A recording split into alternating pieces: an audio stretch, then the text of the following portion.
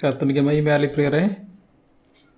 ನಾವು ಎಜ್ಕೇಲನ ಪ್ರವಾದನೆ ಗ್ರಂಥ 23ನೇ ಅಧ್ಯಾಯದಲ್ಲಿ ನಾವು ಇದ್ದೇವೆ. ಅಲ್ಲಿ ಮುಖ್ಯವಾಗಿ ಇಬ್ಬರು ಸೂಳೆಯರ ಸಾಮ್ಯ ಎಂಬುದಾಗಿ ತಲೆಬರಹದಲ್ಲಿ ಬರೆಯಲ್ಪಟ್ಟಿದೆ. ಅವರಿಬ್ಬರೂ ಸಹ ಎರಡು ರಾಜ್ಯಗಳನ್ನು ಅಥವಾ ಎರಡು ಗುಂಪನ್ನು ಸೂಚಿಸುವಂಥದ್ದಾಗಿದೆ. ದಕ್ಷಿಣ ರಾಜ್ಯ ಮತ್ತು ಉತ್ತರ ರಾಜ್ಯ ಎಂಬುದಾಗಿ ನಾವು ಕೇಳಿಸ್ಕೊಳ್ತಾ ಬಂದಿದ್ದೇವೆ. ಇಸ್ರಾಯೇಲರು ಡಿವೈಡ್ ಆದಮೇಲೆ ಒಂದು ದಕ್ಷಿಣ ರಾಜ್ಯ ಮತ್ತೊಂದು ಉತ್ತರ ರಾಜ್ಯ ಆಯಿತು. ದಕ್ಷಿಣ ರಾಜ್ಯ ಯೆರೂಸಲೇಮ್, ಉತ್ತರ ರಾಜ್ಯ ಸಮಾರ್ಯವನ್ನು ಸೂಚಿಸುವಂಥದ್ದಾಗಿದೆ. ಈ ಇಬ್ಬರು ಸಹೋದರಿಯರಿಗೆ ಎರಡು ಹೆಸರುಗಳು ಇದೆ. ಒಹೊಲಾ, ಒಹೊಲೀಬಾ ಎಂಬುದಾಗಿ ನಾವು ಕೇಳಿಸ್ಕೊಳ್ತಾ ಬಂದೆವು. ಒಹೊಲಾ ಎಂಬತಕ್ಕಂಥದ್ದು ಅಕ್ಕ, ಒಹೊಲೀಬಾ ಎಂಬತಕ್ಕಂಥದ್ದು ತಂಗಿ. ಒಹೊಲಾ ಎಂಬುದಾಗಿ ಹೇಳುವಾಗ ಅವರ್ ಓನ್ ಟ್ಯಾಬರ್ನಾಕಲ್ ಅಂತ, ಆಕೆಯ ಸ್ವಂತ ಗುಡಾರ, ಅಂದರೆ ಸ್ವಂತವಾಗಿ ಮಾಡಿಕೊಂಡಂಥ ರಿಲಿಜಿಯನ್, ದೇವರು ಕೊಟ್ಟದ್ದಲ್ಲ, ಅವರೇ ಮಾಡಿಕೊಂಡಂಥದ್ದು. ಅದು ಯರೋಬಾಮನ ಕಾಲದಲ್ಲಿ ಅವರು ಬಸವನ ವಿಗ್ರಹ, ಅವ್ರದ್ದೇ ಅಂತ ಯಜ್ಞವೇದಿ, ಪೂಜಾಗಿರಿಗಳು, ಕನಿಷ್ಠರಾದ ಯಾಜಕರು, ನಂತರ ಅಲ್ಲಿ ಜಾತ್ರೆಗಳು, ಇವೆಲ್ಲವೂ ಸಹ ಅಂದರೆ ಯೆರೂಸಲೇಮಿನಲ್ಲಿ ಏನು ನಡೀತದೆ ಅದಕ್ಕೆ ಬದಲಾಗಿ ಅಥವಾ ಅದಕ್ಕೆ ಏನು ತದ್ವಿರುದ್ಧವಾದ ರೀತಿಯಲ್ಲಿ ಇವರು ಮಾಡ್ಕೊಂಡದನ್ನು ನೋಡುವಂಥರಾಗಿದ್ದೇವೆ. ಅದನ್ನು ಇವರು ಓನಾಗಿ ಮಾಡ್ಕೊಳ್ಳೋಂಥ ಅರ್ಥ, ಇವರ ಸ್ವಂತ ಬುದ್ಧಿಯಿಂದ ಮಾಡ್ಕೊಂಡು, ದೇವರ ಅಪ್ಪಣೆ ಕೊಟ್ಟ ರೀತಿಯಲ್ಲ. ದೇವರ ಅಪ್ಪಣೆ ಕೊಟ್ಟಿರುವಂಥದ್ದು ಯೆರೂಸಲೇಮ್ ಟೆಂಪಲ್ ಕುರಿತಾಗಿ ಅಂತಲ್ವೇ. ಅಲ್ಲಿ ಯಾಜಕರು ಲೇವಿ ವಂಶದವರು ಅಂತಲ್ವೇ. ಆದರೆ ಇಲ್ಲಿ ಎಲ್ಲವೂ ಬದಲಾಗುವುದನ್ನು ನಾವು ನೋಡುತ್ತೇವೆ. ಅದರಿಂದ ಒಹೊಲಾ ಎಂಬುದಾಗಿ ಹೇಳುವಾಗ ಅವರ್ ಓನ್ ಟ್ಯಾಬರ್ನಾಕಲ್, ಆಕೆ ಸ್ವಂತ ಗುಡಾರ, ದೇವ್ರ ಗುಡಾರ ಅಲ್ಲ ಅಂತ. ಆದರೆ ಒಹೊಲೀಬಾ ಎಂಬುದಾಗಿ ಹೇಳುವ ಸಮಯದಲ್ಲಿ ಮೈ ಟ್ಯಾಬರ್ನಾಕಲ್ ಇಸ್ ಇನ್ ಹರ್, ನನ್ನ ಗುಡಾರ ಆಕೆಯಲ್ಲಿದೆ ಅಂತ. ಅಂದರೆ ಇನ್ನೂ ಸಹ ದೇವರು ಎಜ್ಕೇಲನು ಪ್ರವಾದಿಸುವ ಸಮಯದಲ್ಲಿ ದೇವರ ಮಹಿಮೆ ಇನ್ನೂ ಸಹ ಯೆರೂಸಲೇಮಿನಲ್ಲಿ ನೆಲೆಸಿದೆ, ಇನ್ನೂ ಬಿಟ್ಟು ಹೋಗಿಲ್ಲ. ಓಕೆ, ಅದನ್ನು ಆ ಅರ್ಥದಲ್ಲಿ ಇವರಿಬ್ಬರಿಗೆ ಹೆಸರುಗಳು ಬಂದಿರೋದನ್ನು ನೋಡುತ್ತೇವೆ. ಒಹೊಲಾ ಮತ್ತು ಒಹೊಲೀಬಾ ಎಂಬುದಾಗಿ ನೋಡುತ್ತೇವೆ. ಓಕೆ, ಇಬ್ಬರೂ ಸಹ ಒಂದೇ ವಿಧವಾದಂಥ ಪಾಪಗಳನ್ನು ಮಾಡಿದರು ಎಂಬುದಾಗಿ ನೋಡುವಂಥರಾಗಿದ್ದೇವೆ. ಒಂದೇ ಮಾರ್ಗವನ್ನು ಹಿಡಿದರು. 13ನೇ ವಚನ ಓದುವಾಗ ಇಬ್ಬರು ಒಂದೇ ಮಾರ್ಗವನ್ನು ಹಿಡಿದರು ಎಂಬುದಾಗಿ ನೋಡುವಂಥರಾಗಿದ್ದೇವೆ. ಯಾವುದು? ಆಧ್ಯಾತ್ಮಿಕವಾದಂಥ ಒಂದು ವ್ಯಭಿಚಾರ ಅಥವಾ ಹೊಳೆಗಾರಿಕೆ ಅಲ್ವೇ. ದೇವರನ್ನು ಬಿಟ್ಟು ಬೇರೆ ಕಡೆ ತಿರುಗಿಕೊಳ್ಳುವಂಥದ್ದು, ನಿಜ ಯಜಮಾನನ ಬಿಟ್ಟು ಬೇರೊಬ್ಬ ಯಜಮಾನನ ಕಡೆಗೆ ತಿರುಗಿಕೊಳ್ಳುವುದನ್ನು ಸೂಳೆಗಾರಿಕೆ ಎಂಬುದಾಗಿ ತೋರಿಸುವಂಥದ್ದು. ಅದರಿಂದ ಇಲ್ಲಿ ನೋಡುವಾಗ ಇವರಿಬ್ಬರು ಒಂದೇ ವಿಧವಾದಂಥ ಮಾರ್ಗದಲ್ಲಿ ಹೋದಂಥವ್ರು ಎಂಬುದಾಗಿ ನೋಡುವಂಥರಾಗಿದ್ದೇವೆ. ಹಾಗೆಯೇ ಇವರಿಬ್ಬರಿಗೂ ಸಹ ಈ ಅನೈತಿಕವಾದಂಥ ಕಾರ್ಯಗಳು ಮಾಡಲಿಕ್ಕೆ ಒಬ್ಬೊಬ್ಬರು ಬೇಕಲ್ವಾ. ಅದಕ್ಕೆ ಒಹೊಲಾ ಅಶ್ಶೂರ್ಯವನ್ನು ಮೋಹಿಸುತ್ತೆಂಬುದಾಗಿ ನೋಡುವಂಥರಾಗಿದ್ದೇವೆ. ನಾನು ಏನೇ ದಿವಸ ಅಶ್ಶೂರದ ಕುರಿತ ಕೆಲ ವಿಷಯಗಳನ್ನು ಹೇಳಿದ್ದೇನೆ. ನಂತರ ಒಹೊಲೀಬಳು ಕಸ್ದೀಯರು ಎಂಬುದಾಗಿ ಹೇಳುವಾಗ ಬ್ಯಾಬಿಲೋನಿಯನರು, ಓಕೆ, ಅವರನ್ನು ಮೋಹಿಸುತ್ತೆಂಬುದಾಗಿ ನಾವು ದೇವರ ವಾಕ್ಯದಲ್ಲಿ ನೋಡುತ್ತೇವೆ. 6ನೇ ವರ್ಷದಲ್ಲಿ ಅಶ್ಶೂರರನ್ನು ಮೋಹಿಸಿತೆಂಬುದಾಗಿ ಅಕ್ಕನ ಕುರಿತಾಗಿ ನೋಡುತ್ತೇವೆ.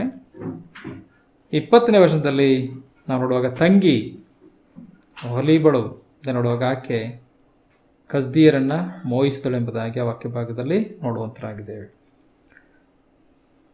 ಓಕೆ, ಈ ರೀತಿಯಾಗಿ ಇಬ್ಬರೂ ಸಹ ಒಂದೇ ವಿಧವಾದಂಥ ಪಾಪದಲ್ಲಿ ಹೋದರು. ಆದರೆ ಅಕ್ಕನಿಗಿಂತ ತಂಗಿಯದು ಹೆಚ್ಚಾಗಿ ಈ ದುರಾಚಾರದಲ್ಲಿ ಹೋಗುವಂಥದ್ದು ದೇವರ ವಾಕ್ಯ ಅದನ್ನು ಹೇಳುತ್ತದೆ. ಓಕೆ, ಆಕೆಯ ಪಾಪ, ಒಹೊಲೀಬಳ ಪಾಪ ಒಹೊಲಗಿಂತಲೂ ಅಕ್ಕನಿಗಿಂತಲೂ ಹೆಚ್ಚಾಗಿತ್ತು ಎಂಬುದನ್ನು ನಾವು ನೋಡುವಂತರಾಗಿದ್ದೇವೆ. ಅದರಿಂದ ಅದನ್ನೇನು ದಿವಸ ನಾವು ಓದ್ತಾ ಬಂದೆವು. ಆಕೆಯು ಹೆಚ್ಚೆಚ್ಚಾಗಿ ಮಾಡಿದ್ದಾಳೆ ಎಂಬುದಾಗಿ 11ನೇ ವರ್ಷದಲ್ಲಿ ನೋಡುತ್ತಾ ಬಂದೆವು. ಅವಳ ತಂಗಿಯಾದ ಒಹೊಲೀಬಳು ಇದನ್ನು ನೋಡಿಯು ಎಂಬುದಾಗಿ ಹೇಳುವಾಗ ಮೊದಲನೇದಾಗಿ ಒಹೊಲಾ ಅಂತಕ್ಕಂಥ ಉತ್ತರ ರಾಜ್ಯವನ್ನು ದೇವರು ಅಶ್ಶೂರರಿಗೆ ಒಪ್ಪಿಸಿಬಿಟ್ಟಂಥದ್ದು. ಓಕೆ, ನಾವು ಅರಸುಗಳ ಪುಸ್ತಕ 17ನೇ ಅಧ್ಯಾಯದಲ್ಲಿ ಅದರ ಕುರಿತಾಗಿ ನಾವು ಓದುತ್ತೇವೆ. ಮೊದಲನೇದಾಗಿ ದೇವರು ಅನ್ಯ ಜನರ ಅಶ್ಶೂರ್ಯರ ಕೈಗೆ ಒಪ್ಪಿಸಿಬಿಟ್ಟಂಥದ್ದು ನಾರ್ಥರನ್ ಕಿಂಗ್ಡಮನ್ನು, ಅಂದರೆ ಉತ್ತರ ರಾಜ್ಯವನ್ನು. ಆಮೇಲೆ ದಕ್ಷಿಣ ರಾಜ್ಯವನ್ನು ವಹಿಸಿಬಿಟ್ಟಂಥದ್ದು ದೇವರು. ಯಾರಿಗೆ ಒಪ್ಪಿಸ್ಬಿಟ್ನೋ? ಅಶ್ಶೂರಿಗೆ ಒಪ್ಪಿಸ್ಬಿಟ್ನು ಎಂಬುದಾಗಿ ನಾವು ನೋಡುತ್ತೇವೆ. ಓಕೆ, ನಾವು 17ನೇ ಅಧ್ಯಾಯಕ್ಕೆ ಬರುವಾಗ ಎರಡು ವರ್ಷಗಳ ಪುಸ್ತಕ 17ನೇ ಅಧ್ಯಾಯಕ್ಕೆ ಬರುವಾಗ 1ನೇ ವಚನದಲ್ಲಿ, ಯಹೂದದ ಅರಸನಾದ ಆಹಾಜನ ಆಳಿಕೆಯ 12ನೇ ವರ್ಷದಲ್ಲಿ ಏಲನ ಮಗನಾದ ಹೋಶೇಯನು ಇಸ್ರಾಯೇಲರ ಅರಸನಾಗಿ ಸಮಾರ್ಯದಲ್ಲಿ 9 ವರ್ಷ ಆಳಿದನು. ಅವನು ತನ್ನ ಪೂರ್ವಿಕರಾದ ಇಸ್ರಾಯೇಲರ ಅರಸರಷ್ಟು ಕೆಟ್ಟವನಾಗಿರಲಿಲ್ಲವಾದರೂ ಯೆಹೋವನ ದೃಷ್ಟಿಯಲ್ಲಿ ದ್ರೋಹಿಯಾಗಿದ್ದನು. ಅಶ್ಶೂರದ ಅರಸನಾದ ಸಲ್ಮನೇಸರನು ಇವನಿಗೆ ವಿರೋಧವಾಗಿ ಬಂದಾಗ ಇವನು ಅವನಿಗೆ ಅಧೀನನಾಗಿ ಕಪ್ಪ ಕೊಡುವನಾದನು. ಕೆಲವು ವರ್ಷಗಳಾದ ನಂತರ ಇವನು ಪ್ರತಿ ವರ್ಷವೂ ಕೊಡಬೇಕಾದ ಕಪ್ಪವನ್ನು ಕೊಡದೆ ಹೋದರಿಂದಲೂ ಐಗುಪ್ತದ ಅರಸನಾದ ಸೋ ಎಂಬುವನ ಬಳಿಗೆ ರಾಯಭಾರಿಗಳನ್ನು ಕಳುಹಿಸಿದ್ದರಿಂದಲೂ ಅಶ್ಶೂರದ ಅರಸನು ಇವನನ್ನು ದ್ರೋಹಿ ಎಂದು ತಿಳಿದು ಬಂಧಿಸಿ ಸೆರೆಯಲ್ಲಿಟ್ಟನು. ಇದಲ್ಲದೆ ಅವನು ದೇಶವನ್ನೆಲ್ಲ ಸ್ವಾಧೀನ ಮಾಡಿಕೊಂಡು ಸಮಾರ್ಯಕ್ಕೆ ಬಂದು 3 ವರ್ಷಗಳವರೆಗೂ ಅದಕ್ಕೆ ಮುತ್ತಿಗೆ ಹಾಕಿದನು. ಅದು ಹೋಶೇಯನ ಆಳಿಕೆಯ 9ನೇ ವರ್ಷದಲ್ಲಿ ಅವನ ಸ್ವಾಧೀನವಾಗಲು ಅವನು ಎಲ್ಲ ಇಸ್ರಾಯೇಲರನ್ನು ಅಶ್ಶೂರ್ ದೇಶಕ್ಕೆ ಒಯ್ದು, ಎಲ್ಲ ಇಸ್ರಾಯೇಲರನ್ನು ಅಶ್ಶೂರ್ ದೇಶಕ್ಕೆ ಒಯ್ದು ಹಲಹು ಪ್ರಾಂತದಲ್ಲಿಯೂ ಹಾಬೋರ್ ಹೊಳೆಯಿರುವ ಗೋಜಾನ್ ಪ್ರಾಂತ್ಯದಲ್ಲಿಯೂ ಮೇದ್ಯರ ಪಟ್ಟಣಗಳಲ್ಲಿಯೂ ಇರಿಸಿದನು. ಅಂದರೆ ಅನೇಕ ಪಟ್ಟಣಗಳಲ್ಲಿ ತೆಗೆದುಕೊಂಡು ಹೋಗಿ ಇರಿಸಿದನು ಎಂಬುದಾಗಿ ನಾವು ನೋಡುವಂತರಾಗಿದ್ದೇವೆ. ಈ ಪ್ರಾಂತ್ಯಕ್ಕೆ ಏನು ಮಾಡಿದನು? ನಾವು 24ನೇ ವಚನ ಓದುವಾಗ ಈ ಪ್ರಾಂತ್ಯಕ್ಕೆ ಏನು ಮಾಡಿದನು? 24ನೇ ವಚನ, ಅಶ್ಶೂರದ ಅರಸನು ಸಮಾರ್ಯ ಪಟ್ಟಣಗಳಲ್ಲಿ ವಾಸವಾಗಿದ್ದ ಇಸ್ರಾಯೇಲರನ್ನು ಸೆರೆಯಾಗಿ ಒಯ್ದ ನಂತರ ಅವರಿಗೆ ಬದಲಾಗಿ ಆ ಪಟ್ಟಣಗಳಿಗೆ ಬಾಬೇಲ್, ಕೂತಾ, ಅವ್ವ, ಹಮತ್, ಸೆಫರ್ಹೈಮಿ ಎಂಬ ಊರುಗಳವರನ್ನು ಕಳುಹಿಸಿದನು. ಅವರು ಸಮಾರ್ಯ ದೇಶವನ್ನು ಸ್ವತಂತ್ರಿಸಿಕೊಂಡು ಅದರ ಪಟ್ಟಣಗಳಲ್ಲಿ ವಾಸಿಸಿದರು. ಈಗ ಗಮನಿಸಿ, ಈಗ ಇಲ್ಲಿದ್ದಂಥ ಇಸ್ರಾಯೇಲರನ್ನ ಅಶ್ಶೂರಕ್ಕೆ ಕರೆದುಕೊಂಡು ಹೋಗಿ ಅಲ್ಲಿ ಅನೇಕ ಪ್ರಾಂತ್ಯಗಳಲ್ಲಿ ಅವ್ರನ್ನ ವಾಸಿಸುವಂತೆ ಮಾಡಿದನು. ಆದರೆ ಈ ಪ್ರಾಂತ್ಯಕ್ಕೆ, ಸಮಾರ್ಯ ಪ್ರಾಂತ್ಯಕ್ಕೆ ಬೇರೆ ದೇಶದವ್ರನ್ನ ತಂದು, ಬೇರೆ ಸ್ಥಳದವ್ರನ್ನ ತಂದು, ಇಲ್ಲಿದೆ ಅನೇಕ ಹೆಸರುಗಳು, ಬಾಬೇಲ್, ಕೂತ ಎಂಬುದಾಗೆಲ್ಲ ಹೆಸರುಗಳಿದೆಯಲ್ಲ, ಇವ್ರನ್ನ ತೆಗೆದುಕೊಂಡು ಬಂದು ಸಮಾರ್ಯದಲ್ಲಿ ಹಾಕಿದನೆಂಬುದಾಗಿ ನೋಡುವಂತರಾಗಿದ್ದೇವೆ. ಹೀಗೆ ಮೊದಲನೇದಾಗಿ ಅಶ್ಶೂರ್ಯರ ವಶವಾಯಿತು ಇಸ್ರಾಯೇಲ್, ಅಥವಾ ಉತ್ತರ ರಾಜ್ಯ ಎಂಬುದಾಗಿ ನೋಡುವಂತರಾಗಿದ್ದೇವೆ. ಇದಕ್ಕೆಲ್ಲ ಕಾರಣವೂ ಸಹ ಇಲ್ಲಿ ಬರೆಯಲ್ಪಟ್ಟಿದೆ. ಯಾಕೆ ಇವರು ಈ ರೀತಿ ಸ್ಥಿತಿ ಉಂಟಾಯಿತು ಎಂಬುದಕ್ಕೆ ದೇವರ ವಾಕ್ಯದಲ್ಲಿ ಕಾರಣವೂ ಸಹ ಅಲ್ಲಿ ಬರೆಯಲ್ಪಟ್ಟಿರುವುದನ್ನು ನೋಡುವಂತರಾಗಿದ್ದೇವೆ. ನಾವು ಇದೇ 17ನೇ ಅಧ್ಯಾಯದ 7ನೇ ವರ್ಷದಿಂದ ನಾವು ಓದ್ತಾ ಬರುವಾಗ ಅಲ್ಲಿ ಬರೆಯುತ್ತೆ, ಇಸ್ರಾಯೇಲರ ಈ ದುರ್ಗತಿಗೆ ಅವರ ದುರ್ನಡತೆ ಕಾರಣ. ನಾವು 17ನೇ ವಚನ ಓದುವಾಗ, ಇಸ್ರಾಯೇಲರ ಈ ದುರ್ಗತಿಗೆ ಅವರ ದುರ್ನಡತೆ ಕಾರಣ. ದುರ್ಗತಿಗೆ ದುರ್ನಡತೆ ಕಾರಣ. ಅದರಿಂದ ದೈವಜನರೇ, ದುರ್ನಡತೆ ಉಳ್ಳವರಾಗಿ ನಾವೆಂದಿಗೂ ಬದುಕಬಾರದು. ನಮ್ಮ ದುರ್ನಡತೆ ನಮ್ಮ ದುರ್ಗತಿಗೆ ಕಾರಣವಾಗಿರ್ತದೆ ಎಂಬುದನ್ನು ಮರೆಯಬಾರದು. ಹೇಗೆಂದರೆ, ಏನೆಲ್ಲ ದುರ್ನಡತೆಗಳಿತ್ತು? ಅವರು ತಮ್ಮನ್ನು ಐಗುಪ್ತದ ಅರಸನಾದ ಫರೋಹನ ಕೈಯಿಂದ ಬಿಡಿಸಿ ಅವನ ರಾಜ್ಯದಿಂದ ಹೊರತಂದ ದೇವರಾದ ಯೆಹೋವನಿಗೆ ವಿರುದ್ಧವಾಗಿ ಪಾಪ ಮಾಡಿ ಅನ್ಯ ದೇವತೆಗಳನ್ನು ಸೇವಿಸಿದರು.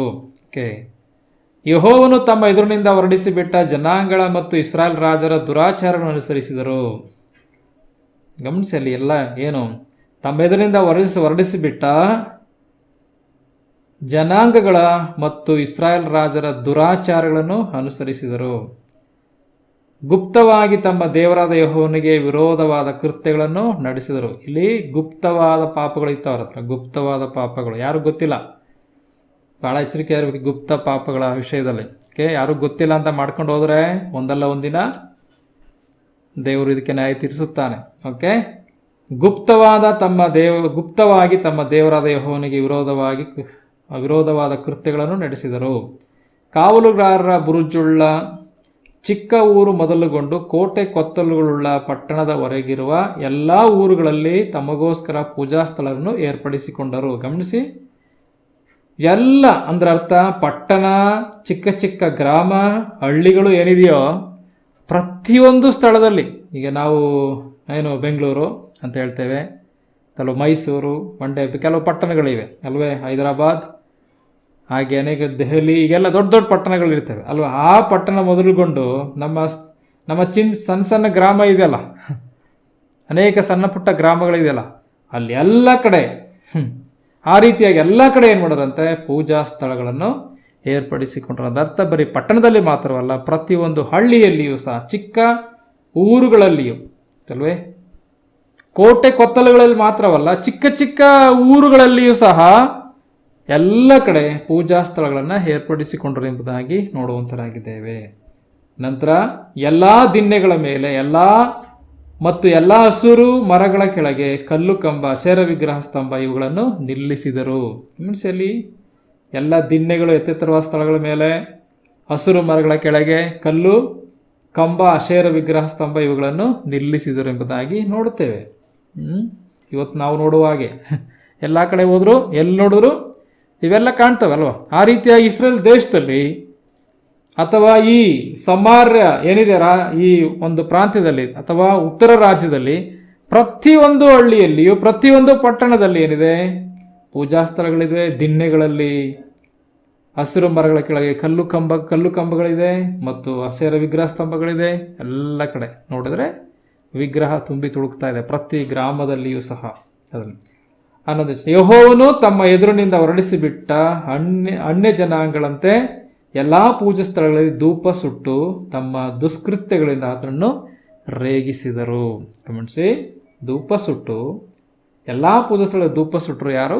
ಯಹೂದಿಗಳು ಅಥವಾ ಇಸ್ರಾಯೇಲರು ಅಥವಾ ನಾರ್ಥರ್ನ್ ಕಿಂಗ್ಡಮ್ನವರು. ಓಕೆ, ರೇಗಿಸಿದರು ಎಂಬುದನ್ನು ನೋಡುತ್ತೇವೆ. ಯೆಹೋವನ ಆಜ್ಞೆಯನ್ನು ಮೀರಿ ವಿಗ್ರಹಗಳನ್ನು ಆರಾಧಿಸಿದರು. ಯೆಹೋವನು ದರ್ಶಿಗಳೆನಿಸಿಕೊಂಡ ತನ್ನ ಪ್ರವಾದಿಗಳ ಮುಖಾಂತರವಾಗಿ ಇಸ್ರಾಯೇಲ್ ಯಹೂದ್ಯರಿಗೆ, ನೀವು ನಿಮ್ಮ ದುರಾಚಾರವನ್ನು ಬಿಟ್ಟು ನಾನು ನಿಮ್ಮ ಪಿತೃಗಳಿಗೂ ನನ್ನ ಸೇವಕರಾದ ಪ್ರವಾದಿಗಳ ಮುಖಾಂತರವಾಗಿ ನಿಮಗೂ ಕೊಟ್ಟಂತ ನನ್ನ ಎಲ್ಲ ಆಜ್ಞಾ ನಿಯಮಗಳನ್ನು ಕೈಕೊಂಡು ನಡೆಯಿರಿ ಎಂದು ಖಂಡಿತವಾಗಿ ಹೇಳಿದಾಗ, ಅವರು ದೇವರಾದ ಯೆಹೋವನನ್ನು ನಂಬದೆ ಆತನ ಆಜ್ಞೆಗಳಿಗೆ ಮಣಿಯದೆ ಇದ್ದ ತಮ್ಮ ಹಿರಿಯರಂತೆ ಆತನಿಗೆ ಕಿವಿಗೊಡದೆ ಹೋದರು. ಆತನು ತಮ್ಮ ಪಿತೃಗಳಿಗೆ ಕೊಟ್ಟ ವಿಧಿ ನಿಬಂಧನೆಗಳನ್ನು, ತಮಗೆ ಹೇಳಿಸಿದ ಬುದ್ಧಿವಾಕ್ಯಗಳನ್ನು ತಿರಸ್ಕರಿಸಿ ಮಿಥ್ಯ ದೇವತೆಗಳನ್ನು ಸೇವಿಸಿ ನಿಷ್ಪ್ರಯೋಜಕರಾದರು. ಸುತ್ತಣ ಜನಾಂಗಗಳನ್ನು ಅನುಸರಿಸಬಾರದೆಂದು ಯೆಹೋವನು ಆಜ್ಞಾಪಿಸಿದರು. ಅವರು ಕೇಳದೆ ಅವರನ್ನು ಅನುಸರಿಸಿದರು. ತಮ್ಮ ದೇವರಾದ ಯೆಹೋವನ ಆಜ್ಞೆಗಳನ್ನೆಲ್ಲ ಮೀರಿ 2 ಎರಕದ ಬಸವ ಮೂರ್ತಿಗಳನ್ನು, ಅಶೇರ ವಿಗ್ರಹ ಸ್ತಂಭ ಇವುಗಳನ್ನು ಮಾಡಿಕೊಂಡರು. ಆಕಾಶ ಸೈನ್ಯ, ಬಾಳ್ ದೇವತೆ ಇವುಗಳನ್ನು ಪೂಜಿಸಿದರು. ತಮ್ಮ ಗಂಡು ಹೆಣ್ಣು ಮಕ್ಕಳನ್ನು ಆಹುತಿ ಕೊಟ್ಟರು. ಯೆಹೋವನ ದೃಷ್ಟಿಯಲ್ಲಿ ಕೆಟ್ಟವುಗಳಾಗಿರುವ ಕಣಿ ಹೇಳುವುದು, ಯಂತ್ರ ಮಂತ್ರಗಳನ್ನು ಮಾಡುವುದು ಮೊದಲಾದ ದುಷ್ಕೃತ್ಯಗಳಿಂದ ತಮ್ಮನ್ನು ಮಾರಿಬಿಟ್ಟು ಆತನಿಗೆ ಕೋಪವನ್ನೆಬ್ಬಿಸಿದರು. ಅವರು ಈ ಪ್ರಕಾರ ನಡೆದುದರಿಂದ ಯೆಹೋವನು ಅವರ ಮೇಲೆ ಬಹಳವಾಗಿ ಕೋಪಗೊಂಡು ಯಹೂದ ಕುಲದವರ ಹೊರತು ಉಳಿದ ಎಲ್ಲ ಕುಲಗಳವರನ್ನು ತನ್ನ ಸನ್ನಿಧಿಯಿಂದ ತಳ್ಳಿ ಬಿಟ್ಟನು. ಫಸ್ಟ್ ಅಲ್ಲಿ ಯಹೂದ ಕುಲ ಬಿಟ್ಟು ಎಲ್ಲ ಕುಲವನ್ನು ತಳ್ಳಿ ಬಿಟ್ಟನೆಂಬುದಾಗಿ ಹೇಳುವಾಗ ದಕ್ಷಿಣ ರಾಜ್ಯ ಬಿಟ್ಟು ಅಂತ. ಓಕೆ, ಸದರ್ನ್ ಕಿಂಗ್ಡಮ್ ಬಿಟ್ಟು ನಾರ್ಥರ್ನ್ ಕಿಂಗ್ಡಮ್ನನ್ನ ಆತನು ಒಪ್ಪಿಸಿ ಬಿಟ್ಟನೆಂಬುದಾಗಿ ತಳ್ಳಿ ಬಿಟ್ಟನೆಂಬುದಾಗಿ ನೋಡುತ್ತೇವೆ. ನಂತರ ಯಹೂದ್ಯರು ಸಹ ತಮ್ಮ ದೇವರಾದ ಯೆಹೋವನ ಆಜ್ಞೆಯನ್ನು ಕೈಗೊಳ್ಳದೆ ಇಸ್ರಾಯೇಲ್ ಪದ್ಧತಿಯನ್ನು ಅನುಸರಿಸಿದ್ದರಿಂದ ಆತನು ಇಸ್ರಾಯೇಲ್ ಕುಲಗಳಲ್ಲಿ ಉಳಿದಿದ್ದ ಇವರನ್ನು ಹೇಸಿ ತನ್ನ ಸನ್ನಿಧಿಯಿಂದ ತಳ್ಳಿಬಿಟ್ಟು ಸೂರೆ ಮಾಡುವವರಿಗೆ ಒಪ್ಪಿಸಿ ಬಾಧಿಸಿದನು. ಆತನು ಇಸ್ರಾಯೇಲ್ ರಾಜ್ಯವನ್ನು ದಾವೀದನ ಸಂತಾನದವರ ಕೈಯಿಂದ ಕಿತ್ತುಕೊಂಡ ನಂತರ ಇಸ್ರಾಯೇಲರು ನೆಬಾಟನ ಮಗನಾದ ಯಾರೊಬ್ಬಾಮನನ್ನು ಅರಸನನ್ನಾಗಿ ಮಾಡಿಕೊಳ್ಳಲು ಅವನು ಅವರನ್ನು ಯೆಹೋವನ ಭಕ್ತಿಯಿಂದ ಬೀಳಿಸಿ ಮಹಾಪಾಪಕ್ಕೆ ಒಳಪಡಿಸಿದನು.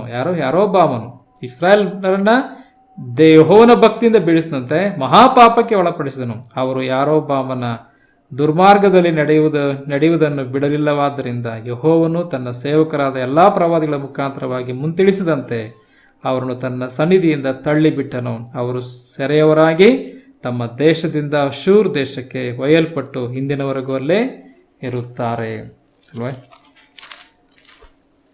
ಯಾಕೆ ಕಾರಣ ಏನು? ಅವರ ದುಷ್ಕೃತ್ಯಗಳು, ಅವರ ದುರ್ಮಾರ್ಗ, ಅವರ ಪಾಪಕೃತ್ಯಗಳು. ದೇವರಿಗೆ ರೇಗಿಸಿದರು, ಕೋಪವನ್ನು ಎಬ್ಬಿಸಿದರು. ಪ್ರೇರೆ ಪಾಪಗಳು ದೇವರಿಗೆ ರೇಗಿಸ್ತದೆ, ಕೋಪ ನೆಬ್ಬಿಸ್ತದೆ ಎಂಬುದನ್ನು ನಾವು ಮರೆಯಬಾರದು ಯಾವುದೇ ಕಾರಣಕ್ಕೂ ಸಹ. ದೇವರು ಪಾಪವನ್ನು ಏಸುವಂತವನಾಗಿದ್ದಾನೆ. ಅದು ಯಾವುದೇ ಪಾಪ ಆಗಲಿ, ಸಣ್ಣದಾಗಲಿ ದೊಡ್ಡದಾಗಲಿ ದೇವರಿಗೆ ಇಷ್ಟ ಇಲ್ಲ.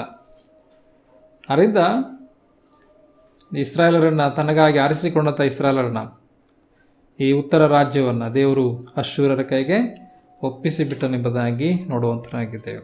ಓಕೆ, ಇವರ ಒಂದು ಪಾಪವೇ ಕಾರಣ. ಅಲ್ಲಿ ಹೆಚ್ಚಾಗಿ ಬರೆಯಲ್ಪಟ್ಟಿರೋದೇನಂತಂದರೆ, ಅನ್ಯ ದೇವತೆಗಳನ್ನು ಮೋಹಿಸಿದರು, ವಿಗ್ರಹಗಳು, ಕಲ್ಲು ಕಂಬಗಳು ಅಲ್ವೇ ಮಾಡಿಕೊಂಡರು, ಬೊಂಬೆಗಳು ಹೆಚ್ಚಾಗಿ ಮಾಡಿಕೊಂಡು ದೇವರಿಗೆ ಬದಲಾಗಿ ಈ ಎಲ್ಲ ಮಾಡಿಕೊಂಡು ದೇವ್ರನ್ನ ರೇಗಿಸ್ತಾ ಬಂದರು ಎಂಬುದಾಗಿ ನೋಡುತ್ತೇವೆ. ಆತನ ನಂಬಲಿಲ್ಲ ಅವರು, ನಂಬಲಿಲ್ಲ. ಈ ರೀತಿಯಾಗಿರುವಾಗ ದೇವರು ಅಶ್ಶೂರರ ಕೈಗೆ ಅವರನ್ನು ಒಪ್ಪಿಸಿದನು. ಅವರು ಬಂದು ತೆಗೆದುಕೊಂಡು ಹೋಗಿ ಅವರ ಪ್ರಾಂತ್ಯಗಳಲ್ಲಿ ಅವ್ರನ್ನ ಇಟ್ಟರು. ನಂತರ ಬೇರೆ ಜನಗಳ ಕರ್ಕೊಬಂದು ಆ ಸಮಾರ್ಯ ಆ ಪ್ರಾಂತ್ಯಗಳಲ್ಲಿ ಇಟ್ಟರು ಎಂಬುದಾಗಿ ನಾವು ನೋಡುವಂತರಾಗಿದ್ದೇವೆ. ಈಗ ಇದನ್ನು ತಂಗಿ ನೋಡಿದ್ದಾಳೆ ಅದರ ಅರ್ಥ, ನಾರ್ಥರನ್ ಕಿಂಗ್ಡಮ್ ಅಶ್ಶೂರರಿಂದ ನಾಶವಾದದ್ದನ್ನು, ಅಶ್ಶೂರರು ಬಂದು ಇವ್ರನ್ನೆಲ್ಲ ತೆಗೆದುಕೊಂಡು ಹೋಗಿರುವುದನ್ನು ಮತ್ತು ಬೇರೆ ತಂದು ಅಲ್ಲಿ ಅವ್ರನ್ನ ವಾಸ ಮಾಡುವಂತೆ ಮಾಡಿರೋದನ್ನು ಈ ಯೆರೂಸಲೇಮ್ ಏನಿದೆಯೋ, ದಕ್ಷಿಣ ರಾಜ್ಯ ಏನಿದೆ, ಇದು ಕಂಡಿದೆ, ನೋಡ್ತಾ ಇದೆ, ನ್ಯೂಸ್ ಗೊತ್ತಾಗಿದೆ.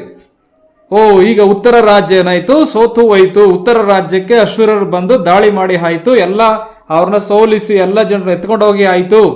ಇನ್ನು ಬೇರೆ ದೇಶದವ್ರು ಬಂದು ಇಲ್ಲಿ ವಾಸ ಮಾಡ್ತಾರೆ ಎಂಬುದಾಗಿ ಈ ದಕ್ಷಿಣ ರಾಜ್ಯಕ್ಕೆ ಗೊತ್ತಾಗಿದೆ. ಆಗಿದ್ದರೂ ಸಹ, ಅದು ನೋಡಿದ್ರೂ ಸಹ 11ನೇ ವಚನ ಹೇಗೆ ಹೇಳ್ತದೆ, 23ನೇ 11ನೇ ವಚನ ಹೆಜ್ಕೇಲನ ಗ್ರಂಥದಲ್ಲಿ, ಅವಳ ತಂಗಿಯಾದ ಒಹೊಲೀಬಳು ಇದನ್ನು ನೋಡಿಯೂ ಅವಳಿಗಿಂತ ಅಧಿಕವಾಗಿ ಮೋಹಗೊಂಡು ಅಕ್ಕನ ಸೂಳೆತನಕ್ಕಿಂತ ಹೆಚ್ಚಾದ ಸೂಳೆತನ ನಡೆಸಿ ಅವಳನ್ನು ಮೀರಿ ಬಲು ಕೆಟ್ಟವಳಾದಳು ಎಂಬುದಾಗಿ ನೋಡುವಂತರಾಗಿದ್ದೇವೆ. ತಂಗಿ ಎಚ್ಚರಿಸ್ಕೋಬೇಕಾಯ್ತು ಅಂತ. ಈ ಅಶ್ಶೂರರು ಉತ್ತರ ರಾಜ್ಯವನ್ನು ಹಾಳು ಮಾಡಿದಾಗೆ ನಮ್ಮ ರಾಜ್ಯವನ್ನು ಹಾಳು ಮಾಡಬಹುದು, ದಕ್ಷಿಣ ರಾಜ್ಯವನ್ನು ಎಂಬುದನ್ನು ಅರ್ಥ ಮಾಡಿಕೊಂಡು ಎಚ್ಚರಿಸ್ಕೋಬೇಕಾಗಿತ್ತು. ಆದರೆ ಈಕೆ ಎಚ್ಚರಿಸ್ಕೊಳ್ಳಿಲ್ಲ, ಬದಲಾಗಿ ಅವಳಿಗಿಂತ ಹೆಚ್ಚು, ಅಕ್ಕನಿಗಿಂತ ಹೆಚ್ಚು ಪಾಪಗಳನ್ನು ಮಾಡುತ್ತಾ ಬಂದಳು ಎಂಬುದಾಗಿ ನೋಡುವಂತರಾಗಿದೆ. ಅದರಿಂದ ದೇವರು ಹೇಳುತ್ತಾನೆ 18ನೇ ವಚನಕ್ಕೆ ಬರುವಾಗ, ಇವಳು ಮುಚ್ಚುಮರೆ ಇಲ್ಲದೆ ಸೂಳೆತನ ಮಾಡಿ ತನ್ನ ಮಾನವನ್ನು ಕೆಡಿಸಿಕೊಂಡಾಗ ನನ್ನ ಅನುರಾಗವು ಮೊದಲು ಅವಳ ಅಕ್ಕನಿಂದ ಅಗಲಿದ ಹಾಗೆ ಇವಳಿಂದಲೂ ಅಗಲಿತು. ಅರ್ಥ ಆಯ್ತಾ? ನನ್ನ ಪ್ರೀತಿ, ನನ್ನ ಅನುರಾಗ ಅಕ್ಕನಿಂದ ಮೊದಲು ಹೋಯ್ತು, ಎರಡನೇದಾಗಿ ತಂಗಿಯಿಂದಲೂ ಹೋಯ್ತು. ಯಾಕೆ? ಇವಳು ಅದೇ ಪಾಪವನ್ನು ಮಾಡಿದಳು. ಅದರಿಂದ ಅಂದರೆ ಉತ್ತರ ರಾಜ್ಯದ ಮೇಲೆ ಪ್ರೀತಿ ಹೋದ ಹಾಗೆ, ಅನುರಾಗ ಹೋದ ಹಾಗೆ ದಕ್ಷಿಣ ರಾಜ್ಯದ ಮೇಲೂ ದೇವರಿಗೆ ಪ್ರೀತಿ ಹೋಯ್ತಂತ. ಸ್ವಲ್ಪ ಪರವಾಗಿಲ್ಲ ಅಂತ ದೇವರು ವೆಯ್ಟ್ ಮಾಡ್ತಾ ಇದ್ನು. ಸುಮಾರು ಇವ್ರಿಗೆ ಹೆಚ್ಚು ಕಡಿಮೆ ಒಂದು 100 ವರ್ಷ ಅವರು ಅಶ್ಶೂರ ವಶ ಆದ್ಮೇಲೆ 100 ವರ್ಷ ಅವಕಾಶ ಇವರಿಗೆ ಸಿಕ್ಕಿದೆ. ಸುಮಾರು 100 ವರ್ಷಗಳ ಅಂತರದಲ್ಲಿ ಅವಕಾಶ ಇವರಿಗೆ ಸಿಕ್ಕಿದೆ. ಅಂದರೆ ದಕ್ಷಿಣ ರಾಜ್ಯ, ಉತ್ತರ ರಾಜ್ಯ ಅಶ್ಶೂರರಿಗೆ ವಶ ಆದ್ಮೇಲೆ ಇನ್ನೂ 100 ವರ್ಷಗಳ ಕಾಲ ಇತ್ತು. ಆದರೆ ಅವರು ತಿದ್ದುಕೊಳ್ಳಿಲ್ಲ, ಸರಿ ಮಾಡ್ಕೊಳ್ಳಿಲ್ಲ. ಅವಕಾಶ ದೇವರು ಕೊಟ್ಟನಂತ ಅರ್ಥ. ಆದರೆ ಅವಳಿಗಿಂತಲೂ, ಅಕ್ಕನಿಗಿಂತಲೂ ಹೆಚ್ಚಾಗಿ ಪೌಲು ಕೆಟ್ಟವಳಾದಳು ಎಂಬುದಾಗಿ ನೋಡುತ್ತೇವೆ. ಅದರಿಂದ ದೇವರ ಪ್ರೀತಿ, ದೇವರ ಅನುರಾಗ ಅದು ಉತ್ತರ ರಾಜ್ಯದಲ್ಲಿ ಹೋದ ಹಾಗೆ ದಕ್ಷಿಣ ರಾಜ್ಯದಲ್ಲೂ ಹೋಯಿತು ಎಂಬುದಾಗಿ ನೋಡುತ್ತೇವೆ. ಅದಕ್ಕೆ ಹೇಳುವಂಥದ್ದು, ನನ್ನ ಅನುರಾಗವು ಮೊದಲು ಇವಳ ಅಕ್ಕನಿಂದ ಅಗಲಿದ ಹಾಗೆ, ಮೊದಲು ಅಕ್ಕನಿಂದ ಅಗಲಿತು, ಇವಳಿಂದಲೂ ಅಗಲಿತು, ಹಾಗೆ ಇವಳಿಂದಲೂ ಅಗಲಿತು ಎಂಬುದಾಗಿ ನೋಡುವಂತರಾಗಿದ್ದೇವೆ. ಪ್ರಿಯರೇ, ಇಬ್ಬರೂ ಸಹ ಒಂದೇ ವಿಧವಾದಂತಹ ಪಾಪವನ್ನು ಮಾಡೋದ್ರಿಂದ ಇಬ್ಬರ ಮೇಲೂ ಸಹ ದೇವರ ಅನುರಾಗ ಬಿಟ್ಟು ಹೋಯಿತು ಎಂಬುದನ್ನು ನೋಡುವಂತರಾಗಿದ್ದೇವೆ. ಈಗ ಅವಳು ಮೋಹಿಸಿದಂಥ ಬ್ಯಾಬಿಲೋನ್ಯರನ್ನೇ ಅಥವಾ ಕಸ್ದಿಯರನ್ನೇ ಇವಳಿಗೆ ನಾಶ ಮಾಡಲಿಕ್ಕೆ ಕಳಿಸುವುದನ್ನು, ಅಥವಾ ದಕ್ಷಿಣ ರಾಜ್ಯವನ್ನು ನಾಶ ಮಾಡೋದಕ್ಕೆ ದೇವರು ಕಳಿಸುವುದನ್ನು ನೋಡುವಂತರಾಗಿದ್ದೇವೆ. ಈ ದಕ್ಷಿಣ ರಾಜ್ಯದ ಮೋಹ ಯಾರ ಕಡೆ ಉಂಟಾಯಿತು? ಬ್ಯಾಬಿಲೋನ್ಯರ ಕಡೆ ಅಥವಾ ಕಸ್ದಿಯರ ಕಡೆ ಉಂಟಾಯಿತು. ಓಕೆ, ನಾವು ಈ ಹಿಜ್ಕೀಯನ ಕಾಲಕ್ಕೆ ಬರುವಾಗ, ಹಿಜ್ಕೀಯನ ಕಾಲ, ಹಿಜ್ಕೀಯ ಒಬ್ಬ ಅರಸನು, ಒಳ್ಳೆ ಅರಸನಾಗಿ ಆತನು ಪ್ರಾರಂಭದಲ್ಲಿ ಕಾಣಿಸಿಕೊಳ್ಳುವುದನ್ನು ನೋಡುತ್ತೇವೆ. ಹಿಜ್ಕೀಯ ಅರಸನು 20ನೇ ಅಧ್ಯಾಯಕ್ಕೆ ಬರೋಣ. 2 ವರ್ಷಗಳ ಪುಸ್ತಕ 20ನೇ ಅಧ್ಯಾಯ. ಇದು ದಕ್ಷಿಣ ರಾಜ್ಯ, ಉತ್ತರ ರಾಜ್ಯ ಅಶ್ಶೂರರಿಂದ ನಾಶ ಆದಮೇಲೆ ಈ ಅರಸರೆಲ್ಲ ಬರುವಂಥ, ಹಿಜ್ಕೀಯ ಅರಸ ಎಲ್ಲ ಬರುವಂಥದ್ದು. ಓಕೆ, ಈಗ ಹಿಜ್ಕೀಯ ಅರಸ ದಕ್ಷಿಣದಲ್ಲಿ ಅರಸನಾಗಿದ್ದಾನೆ. ಆ ಸಮಯದಲ್ಲಿ ಒಂದು ಸಾರಿ ಇದೇ ಅಶ್ಶೂರ್ಯರು ಉತ್ತರಕ್ಕೆ ದಾಳಿ ಮಾಡಿದಾಗೆ ದಕ್ಷಿಣಕ್ಕೂ ದಾಳಿ ಮಾಡ್ತಾ ಇದ್ದಾರೆ. ಇದೇ ಅಶ್ಶೂರ್ಯರು ಉತ್ತರಕ್ಕೆ ದಾಳಿ ಮಾಡಿದಾಗೆ ದಕ್ಷಿಣಕ್ಕೂ ದಾಳಿ ಮಾಡಿದ್ದಾರೆ, ಅಂದರೆ ದಕ್ಷಿಣ ರಾಜ್ಯಕ್ಕೂ ದಾಳಿ ಮಾಡಿದ್ದಾರೆ. ಆ ಸಮಯದಲ್ಲಿ ನಮ್ಮೆಲ್ಲರಿಗೂ ಸಹ ಗೊತ್ತಿದೆ, ಹಿಜ್ಕೀಯ ಆಡಳಿತ ಮಾಡ್ತಾ ಇದ್ದಾನೆ. ಆವಾಗ ಹಿಜ್ಕೀಯ ಮತ್ತು ಪ್ರವಾದಿಯಾದಂಥ ಯೆಶಾಯ ಆ ದಿನಗಳಲ್ಲಿ ಇದ್ದಂಥವರು. ಆಗ ಈ ಅಶ್ಶೂರದ ಅರಸನು ಬಂದು ದಾಳಿ ಮಾಡಿದ್ದಾನೆ. ಆವಾಗ ಈ ಹಿಜ್ಕೀಯನು ದೇವರ ಸನ್ನಿಧಾನದಲ್ಲಿ ಮುರಿಯಲ್ಪಟ್ಟು ಪ್ರಾರ್ಥನೆ ಮಾಡುತ್ತಾನೆ ಮತ್ತು ಯೆಶಾಯನಿಗೆ ಹೇಳಿ ಕಳಿಸ್ತಾನೆ, ಪ್ರಾರ್ಥನೆ ಮಾಡು ಎಂಬುದಾಗಿ ಅಲ್ವೇ. ಏನಂತ ಹೇಳ್ತಾನೆ? 19ನೇ ಅಧ್ಯಾಯಕ್ಕೆ ಬರೋಣ. 19ನೇ ಅಧ್ಯಾಯದಲ್ಲಿ ನೋಡಿ, ಅಲ್ಲಿ ಯೆಶಾಯನಿಗೆ ಹೇಳಿ ಕಳಿಸುವಂಥದ್ದು 19:3. ಈ ದಿವಸದಲ್ಲಿ ನಮಗೆ ಮಹಾ ಕಷ್ಟವು ಸಂಭವಿಸಿರುತ್ತದೆ, ನಾವು ಶಿಕ್ಷೆಯನ್ನು ನಿಂದೆಯನ್ನು ಅನುಭವಿಸಬೇಕಾಯಿತು. ಹೆರಿಗೆಯ ಕಾಲ ಬಂದದೆ, ಆದರೆ ಹೆರುವುದಕ್ಕೆ ಬಲ ಸಾಲದು. ಗಮನಿಸಿ, ಅಂದರೆ ಅಶ್ಶೂರದ ಸೈನ್ಯ ಬಂದು ಸುತ್ತಕೊಂಡಿದೆ, ಹೀಯಾಳಿಸ್ತಾ ಇದ್ದಾರೆ. ರಬ್ಷಾಕೆ ಎಂಬತಕ್ಕಂಥ ವ್ಯಕ್ತಿ ದೇವರನ್ನು ಮತ್ತು ಅರಸನನ್ನು, ಯಹೂದ್ಯರನ್ನು ಹೀಯಾಳಿಸ್ತಾ ಇದ್ದಾನೆ. ನಾವು ಹಿಂದೆ ಓದುವ ಸಮಯದಲ್ಲಿ ಬರೆಯಲ್ಪಟ್ಟಿದೆ ಎಲ್ಲವೂ ಸಹ. ಈಗಿರುವ ಸಮಯದಲ್ಲಿ ನಮಗೆ ಇಂಥ ಒಂದು ಕಷ್ಟ ಸಂಭವಿಸಿದೆ, ಹೆರಿಗೆ ಕಾಲ ಬಂದಿದೆ, ಇರುವುದಕ್ಕೆ ಬಲ ಸಾಲೋದಿಲ್ಲ ಎಂಬುದಾಗಿ ಹೇಳಿ ಪ್ರಾರ್ಥನೆ ಮಾಡಲಿಕ್ಕೆ ಹೇಳಿ ಕಳಿಸ್ತಾನೆ. 4ನೇ ವರ್ಷದಲ್ಲಿ ನೋಡ್ತೇವೆ, ಜೀವ ಸ್ವರೂಪನಾದ ದೇವರನ್ನು ದೂಷಿಸುವುದಕ್ಕಾಗಿ ತನ್ನ ಯಜಮಾನನಾದ ಅಶ್ಶೂರದ ಅರಸನಿಂದ ಕಳುಹಿಸಲ್ಪಟ್ಟ ರಬ್ಷಾಕೆಯ ನಿಂದಾವಾಕ್ಯಗಳನ್ನು ನಿನ್ನ ದೇವರಾದ ಯೆಹೋವನು ಕೇಳಿರುವನು. ನಿನ್ನ ದೇವರಾದ ಯೆಹೋವನು ತಾನು ಹೇಳಿದ ವಾಕ್ಯಗಳ ನಿಮಿತ್ತ ಮುಯಿ ತೀರಿಸಾನು. ಆದ್ದರಿಂದ ಉಳಿದಿರುವ ಸ್ವಲ್ಪ ಜನರಿಗೋಸ್ಕರ ಆತನನ್ನು ಪ್ರಾರ್ಥಿಸು ಎಂಬುದಾಗಿ ಹಿಜ್ಕೀಯನು ಅನ್ನುತ್ತಾನೆ ಎಂದು ಹೇಳಿರಿ ಎಂಬುದೇ. ಓಕೆ, ಯೆಶಾಯನಿಗೆ ಹೇಳಿ ಕಳಿಸಿದಂಥದ್ದು. ಈಗ ಯೆಶಾಯನು ಪ್ರಾರ್ಥಿಸುವಂಥದ್ದು ಮತ್ತು ಹಿಜ್ಕೀಯನು ಪ್ರಾರ್ಥನೆ ಮಾಡ್ತಾನೆ. ಹಿಜ್ಕೀಯನು ಪ್ರಾರ್ಥನೆ ಮಾಡುತ್ತಾನೆ. ಅದೇ 18ನೇ ಅಧ್ಯಾಯ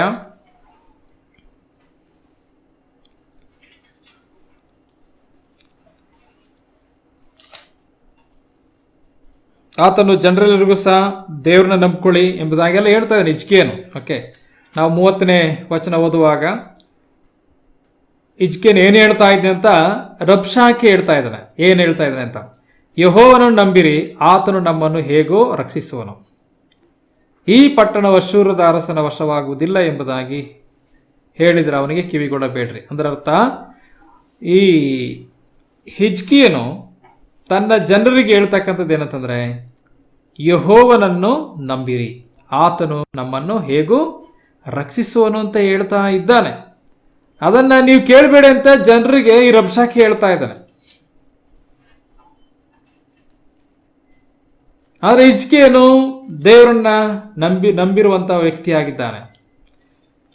ಓಕೆ, ಅವನು ದೇವರನ್ನ ಪ್ರಾರ್ಥಿಸುವಂತ ವ್ಯಕ್ತಿಯಾಗಿದ್ದಾನೆ, ಅಂದ್ರೆ ದೇವರನ್ನ ಆತುಕೊಂಡಂತ ವ್ಯಕ್ತಿಯಾಗಿದ್ದಾನೆ ಎಂಬುದಾಗಿ ನೋಡುವಂತರಾಗಿದ್ದೇವೆ. ಅದರಿಂದ ಈ ಅರಸನಿಂದ ತಪ್ಪಿಸಿಕೊಂಡನು. ಅದರ ಅರ್ಥ, ಈ ಅಶ್ಶೂರ್ಯರು ಈ ಅಶ್ಶೂರ್ಯರ ಕೈಗೆ ಈ ಯಹೂದ್ಯವನ್ನ ಅಥವಾ ದಕ್ಷಿಣ ರಾಜ್ಯವನ್ನ ದೇವರು ವಹಿಸಿಕೊಡಲಿಲ್ಲ. ಏನ್ ಮಾಡಿದ ದೇವರು? ಒಬ್ಬ ದೂತನನ್ನ ಕಳಿಸಿದನು. ಒಂದೇ ಒಂದು ದೂತ ಬರ್ತಾನೆ, ಅವನು ಪರಲೋಕದಿಂದ ಇಳಿದು ಬರ್ತಾನೆ. ನಾವು 19ನೇ 35ನೇ ವಚನ ಓದೋಣ.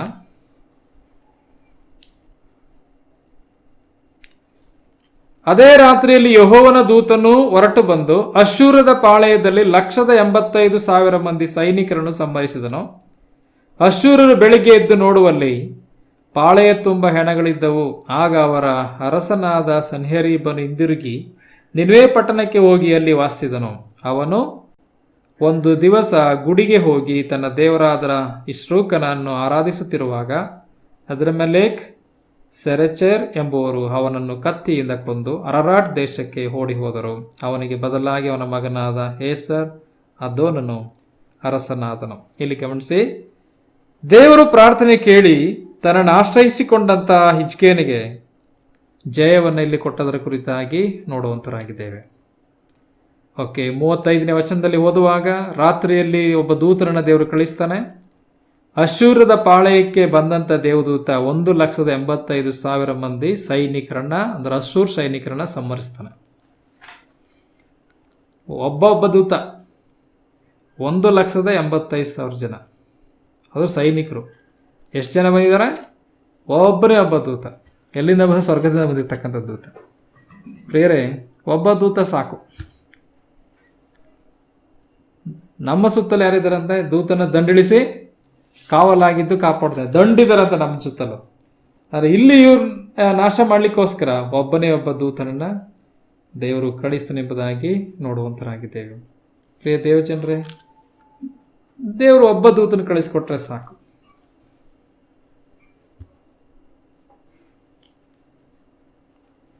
ನಮ್ಮ 185,000 ಜನರು ಬೆಳಿಗ್ಗೆ ಎದ್ದು ನೋಡುವಾಗ ಹೆಣಗಳು ಮಲಗಿವೆ, ಬಿದ್ದಿವೆ. ಆ ಸಮಯದಲ್ಲಿ ನಿನ್ವೆ ಬಿಟ್ಟುಬಿಟ್ಟು ಆ ಅಶ್ಶೂರದ ಅರಸ ಸನ್ಹೇರೀಬನು ಬಿಟ್ಬಿಟ್ಟು ಏನಾಗ್ತಾನೆ? ನಿನ್ವೆ ಪಟ್ಟಣಕ್ಕೆ ಹೋಗ್ತಾನೆ. ಹೋಗಿ ಅಲ್ಲಿ ವಾಸಿಸ್ತಾನೆ. ನಂತರ ಒಂದು ದಿವಸ ಅವನು ತನ್ನ ದೇವರ ಗುಡಿಗೆ ಹೋಗಿ ಆರಾಧಿಸ್ತಿರುವಾಗ ಇಬ್ಬರು ವ್ಯಕ್ತಿಗಳು ಬಂದು ಅವನನ್ನು ಕತ್ತಿಯಿಂದ ಕೊಂದು ಅರರಾಟ್ ದೇಶಕ್ಕೆ ಹೋಗ್ತಾರೆ. ಅದರರ್ಥ ಅವನು ಅರಸನೂ ಸಹ ಕೊಲ್ಲಲ್ಪಡುತ್ತಾನೆ. ಯಾಕೆ ಹೀಗೆ ಆಯಿತು? ಯಾರು ಈ ಜಯ ಕೊಟ್ಟಂಥದ್ದು? ದೇವರು ಜಯ ಕೊಟ್ಟಂಥದ್ದು. ಯಾಕೆ ಈ ಹಿಜ್ಕೀಯನಿಗೆ ದೇವರು ಜಯ ಕೊಟ್ಟನು? ದೇವರನ್ನ ಆಶ್ರಯಿಸಿಕೊಂಡದ್ರಿಂದ, ದೇವರನ್ನ ನಂಬಿಕೊಂಡದ್ರಿಂದ, ದೇವರನ್ನ ಪ್ರಾರ್ಥನೆ ಮಾಡೋದ್ರಿಂದ. ನಾವು ಆತನು ಪ್ರಾರ್ಥನೆ ಮಾಡಿದನು. 19ನೇ ಅಧ್ಯಾಯ 17ನೇ ವರ್ಷದಲ್ಲಿ ಓದುವಾಗ ಆತನು ಪ್ರಾರ್ಥನೆ ಮಾಡೋದ್ರ ಕುರಿತಾಗಿ ನಾವು ನೋಡುತ್ತೇವೆ. ಪ್ರಾರ್ಥಿಸಿದನು ಅಂತ 19ನೇ ವರ್ಷದ ಕೊನೆಯ ಭಾಗದಲ್ಲಿ ಬರೆಯಲ್ಪಡಿದೆ. ಯೆಹೋವನೇ ನಮ್ಮ ದೇವರೇ, ನೀನೊಬ್ಬನೇ ದೇವರೆಂಬುದನ್ನು ಭೂರಾಜ್ಯಗಳೆಲ್ಲವೂ ತಿಳಿದುಕೊಳ್ಳುವಂತೆ ನಮ್ಮನ್ನು ಇವನ ಕೈಯಿಂದ ಬಿಡಿಸು ಎಂದು ಪ್ರಾರ್ಥಿಸಿದನು. ಅಂದರೆ ಹಿಜ್ಕೀಯನು ಪ್ರಾರ್ಥನೆ ಮಾಡಿದನು. ಪ್ರಾರ್ಥನೆ ಮಾಡಿದಾಗ ದೇವರು ಒಬ್ಬ ದೂತನನ್ನು ಕಳಿಸಿದನು. ಒಂದು ರಾತ್ರಿಯಲ್ಲೇ 185,000 ಮಂದಿ ಸೈನಿಕರನ್ನು ಸಂಹರಿಸನೆಂಬುದಾಗಿ ನೋಡುವಂತರಾಗಿದ್ದೇವೆ. ಹೀಗೆ ಹಿಜ್ಕೀಯನು ಈ ಅಶ್ಶೂರ ಸೈನ್ಯದಿಂದ ಮತ್ತೆ ಅವರು ಬರ್ನಿಲ್ಲ, ಮತ್ತೆ ಅವರು ತಿರುಗಿ ಈ ಕಡೆ ನೋಡನೇ ಇಲ್ಲ. ಅಶ್ಶೂರರ ಕತೆ ಮುಗೀತು. ಇನ್ನು ದಕ್ಷಿಣ ರಾಜ್ಯಕ್ಕೆ ಅವರು ಬರ್ಲಿಕ್ಕೆ ಆಗದ ರೀತಿ ಆಯಿತು. ಓಕೆ, ನಂತರ ಹೀಗೆಲ್ಲ ಆಯಿತು. ಹಿಜ್ಕೀಯನಿಗೆ ಒಂದು ರೋಗನೂ ಸಹ ಬಂತು.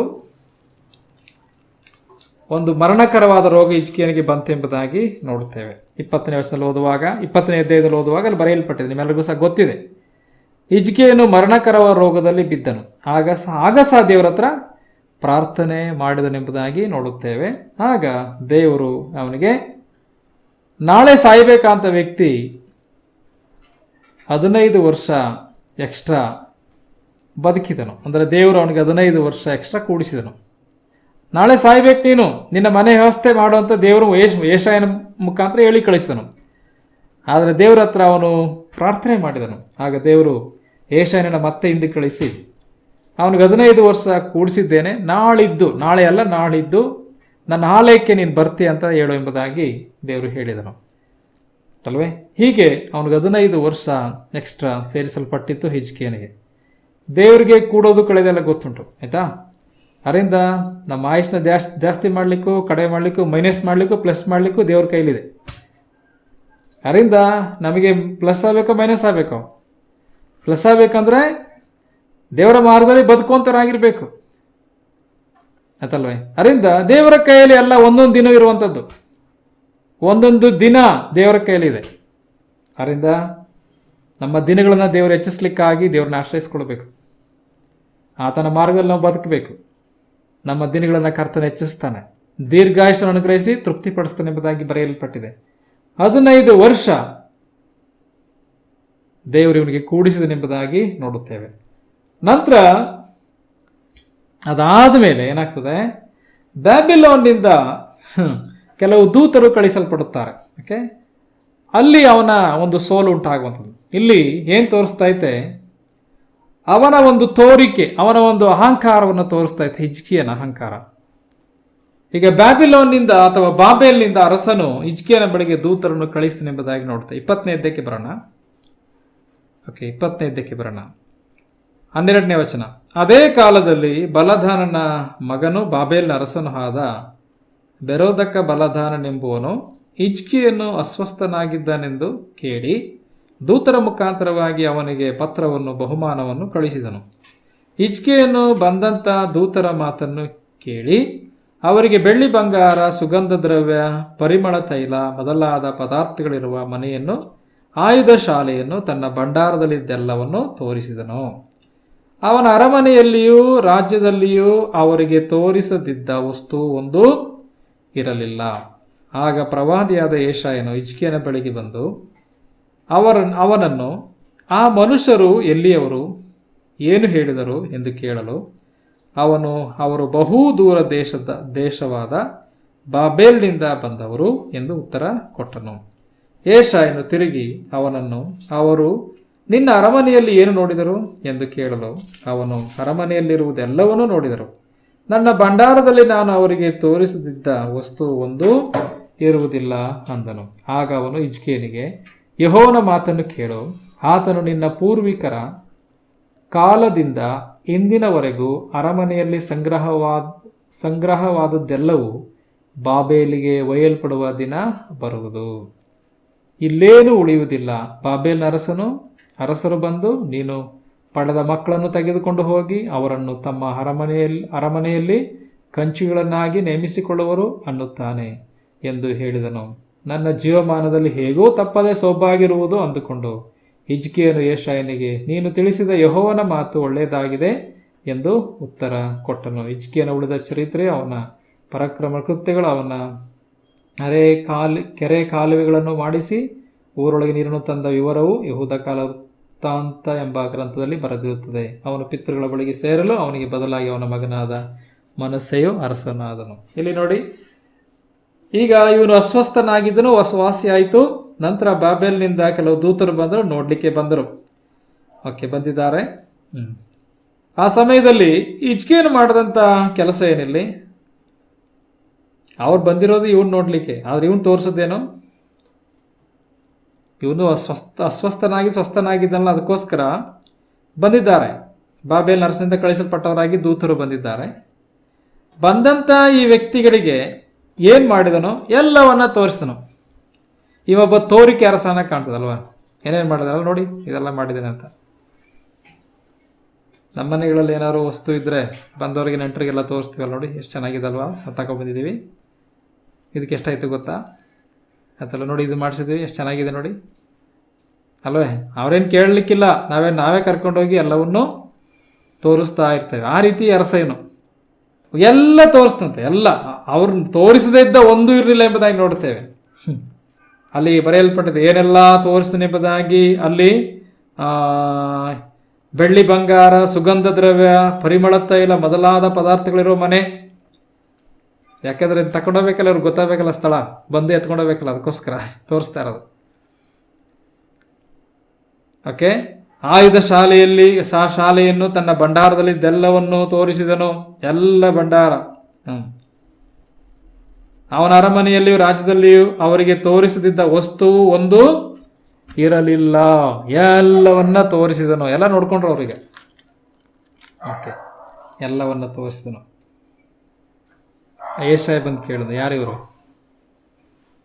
ಕೇಳಿದನು, ದೂರ ದೇಶದಿಂದ ಬ್ಯಾಬೆಲಿಂದ ಬಂದಿರುವಂಥವ್ರು ಇವರು. ಓಕೆ, ಏನು ತೋರಿಸ್ತೆ ಅವ್ರಿಗೆ? ಎಲ್ಲನೂ ತೋರಿಸ್ತೀನಿ ಅವ್ರಿಗೆ, ಎಲ್ಲ ಅವ್ರು ನೋಡದೆ ತಗೊಂಡು ಇಲ್ಲ, ಎಲ್ಲನೂ ತೋರಿಸ್ತೀನಿ. ಹಾಗೆ ಕೇಳು ಯೆಹೋವನು ಏನು ಹೇಳ್ತದೇನೆ ಅಂತ. ಏನು ಹೇಳ್ತದೇನೆ ಅಂತ ದೇವರು ಕೇಳು. ನಿನ್ನ ಪೂರ್ವಿಕರ ಕಾಲದಿಂದ ಇಂದಿನವರೆಗೂ ಅರಮನೆಯಲ್ಲಿ ಸಂಗ್ರಹವಾದ್ದೆಲ್ಲವನ್ನು ಬಾಬೇಲಿಗೆ ಒಯ್ಯಲ್ಪಡುವ ದಿನ ಬರುವುದು, ಇಲ್ಲೇನು ಉಳಿಯುವುದಿಲ್ಲ. 17 ವರ್ಷದಲ್ಲಿ ಯೆಶಾಯನು ಹೇಳದಂಥದ್ದು, ಇಲ್ಲೇನು ಉಳಿಯುವುದಿಲ್ಲ.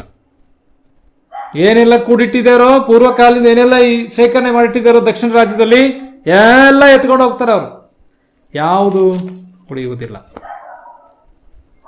ದೇವರು ದಕ್ಷಿಣ ರಾಜ್ಯವನ್ನ ಬಾಬೇಲಿಗೆ ವಹಿಸಿಬಿಟ್ಟನು. ಬಾಬೇಲ್ ಅಥವಾ ಬ್ಯಾಬಿಲೋನ್ ಅಥವಾ ಕಸ್ದೀಯರು ಅವರು ಬಂದು ನೆಬೂಕದ್ನೆಚ್ಚರನ ಕಾಲದಲ್ಲಿ ಅದನ್ನು ವಶ ಮಾಡಿಕೊಂಡರು ಎಂಬುದಾಗಿ ನೋಡುತ್ತೇವೆ. ನಾವು ಯೆಹೆಜ್ಕೇಲನ ಗ್ರಂಥ ಅದರಲ್ಲಿ 29ನೇ ವಚನ ಯೆಹೆಜ್ಕೇಲನು ಅಲ್ಲಿ ಪ್ರಸ್ತಾಪ ಮಾಡೋದನ್ನು ನೋಡುತ್ತೇವೆ. 23ನೇದು 29ನೇ ವಚನ ಯೆಹೆಜ್ಕೇಲನ ಪ್ರವಾದನೆ ಗ್ರಂಥದಲ್ಲಿ ನಾವು ಈಗ ಕಲಿತಕ್ಕಂಥ ವಾಕ್ಯ ಭಾಗ.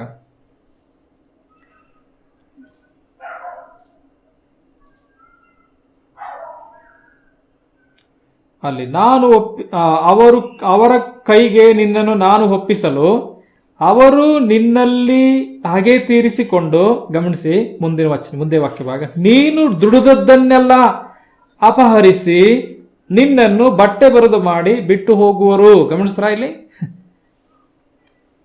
ಅಲ್ಲಿ ನೋಡಿದ್ವಲ್ಲ, ಒಂದು ಉಳಿಯೋದಿಲ್ಲ. ಯೆಶಾಯ ಹೇಳದ್ನಲ್ಲ, ಒಂದು ಉಳಿಯೋದಿಲ್ಲ, ಎಲ್ಲ ಎತ್ಕೊಂಡು ಹೋಗ್ತಾರೆ, ಇಲ್ಲಿಂದ ಬೈರುದಾಗ್ತದೆ.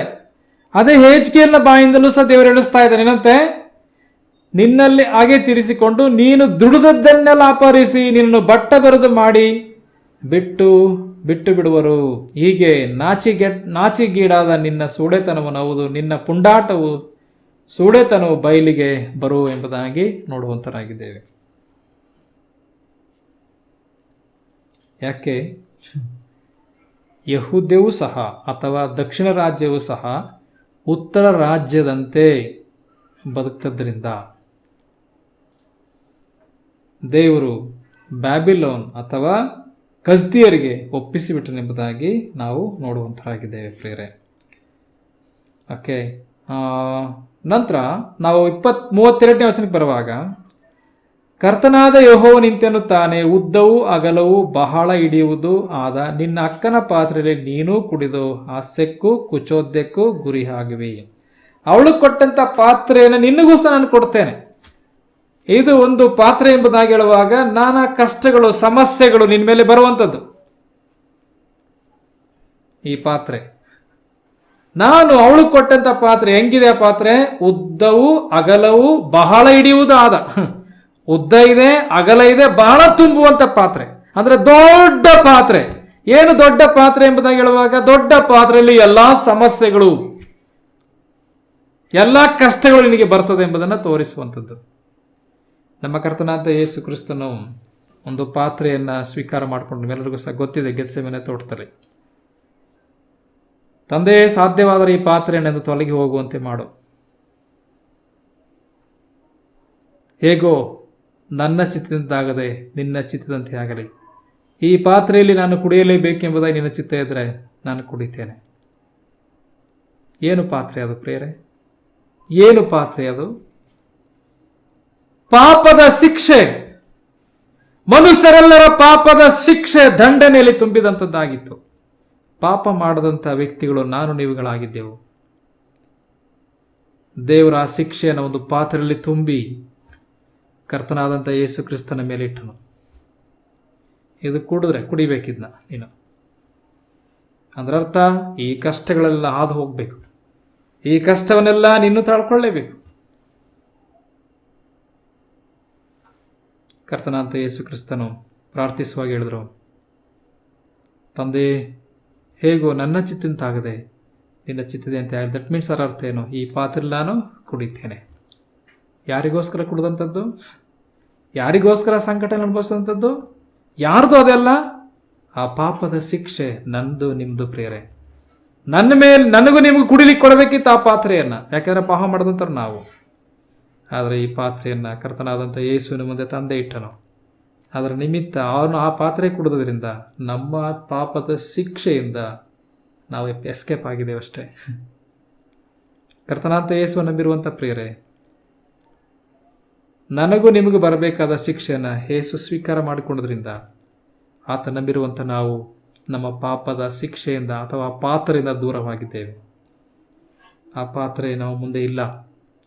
ಆದರೆ ಕರ್ತನಾದಂಥ ಯೇಸು ಕ್ರಿಸ್ತ ನಂಬದಂಥವರಿಗೆ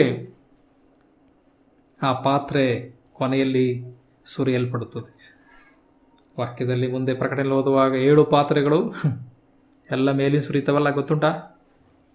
ಅದನ್ನು ಅವರು ಅನುಭವಿಸ್ಬೇಕಾಗಿ ಬರುತ್ತದೆ. ಅದರಿಂದ ಯಾರಾದರೂ ಕರ್ತನಾದಂಥ ಯೇಸು ಕ್ರಿಸ್ತ ನಂಬದೇ ಇದ್ರೆ, ಆ ಪಾತ್ರೆಯಿಂದ ತಪ್ಪಿಸಿಕೊಳ್ಳಬೇಕಾದ್ರೆ ಕರ್ತನಾದಂಥ ಯೇಸುವನ್ನು ನಂಬ್ರಿ. ನಮ್ಮ ಕರ್ತನಾದಂಥ ಯೇಸು ಕ್ರಿಸ್ತನು ನಿಮ್ಮ ಪಾತ್ರೆಯನ್ನು ಸ್ವೀಕಾರ ಮಾಡಿಕೊಂಡಿದ್ದಾರೆ. ನೀವು ನಂಬಿದರೆ ನಿಮಗೆ ಬರುವಂಥ ಶಿಕ್ಷೆಯನ್ನು ತಪ್ಪಿಸ್ಕೊಳ್ಳಿಕ್ಕೆ ಸಾಧ್ಯವಾಗ್ತಿಲ್ಲದಿದ್ದರೆ ನೀವು ಮಾಡಿದ ಪಾಪದ ಶಿಕ್ಷೆಯನ್ನು ಮುಂದೆ ನೀವೇ ಅನುಭವಿಸ್ಬೇಕಾಗಿ ಬರುತ್ತದೆ. ಇಲ್ಲಿ ನೋಡಿ, ಇಲ್ಲಿ ಒಂದು ಪಾತ್ರೆ ಎಷ್ಟು ಹೇಗಿದೆ ಅಂತ, ಉದ್ದವು ಅಗಲವು ಬಹಳ ಹಿಡಿಯುವಂಥ ಪಾತ್ರೆ. ನಿನ್ನ ಅಕ್ಕನಿಗೆ ಕೊಟ್ಟಿದ್ದೆ ನಾನು, ನಿನಗೂ ನಾನು ಕೊಡ್ತೇನೆ, ನೀನು ಕುಡಿಯಬೇಕು. ಏನರ್ಥ? ಒಂದು ಶಿಕ್ಷೆ, ದಂಡನೆ.